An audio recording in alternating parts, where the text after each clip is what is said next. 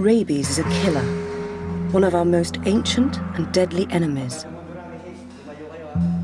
When doctors see these symptoms, there's nothing they can do. Rabies is 100% fatal, a death sentence.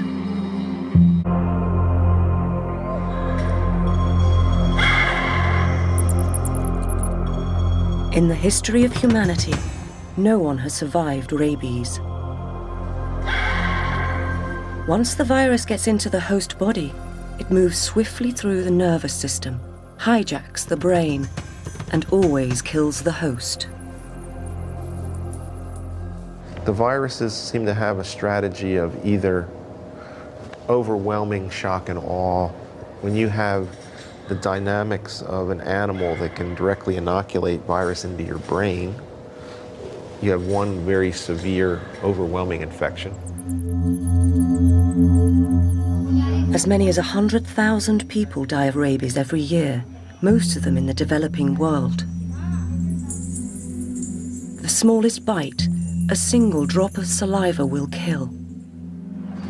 Children are very often the victims.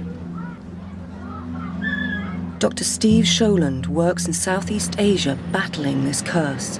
When you look what rabies can do to someone, it's just absolutely devastating. And the deaths that they have are probably the worst deaths you can imagine. And when you see them suffer from rabies, it just breaks your heart. So if you have clinical rabies, that's a death sentence. You're going to die. Modern medicine can save us from killers like smallpox, cholera, and typhoid. But despite centuries of searching, there still remains no cure for rabies. The age-old treatment remains unchanged.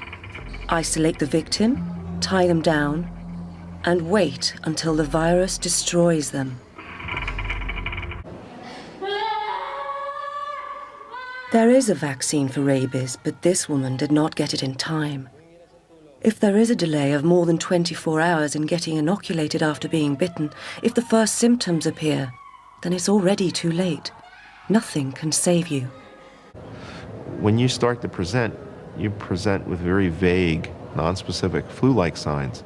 By the time you find out that it's something a little bit more severe than a head cold, the story's over and the person's become a statistic. Once rabies takes hold, the virus invades the victim's mind. They become the agent of the virus.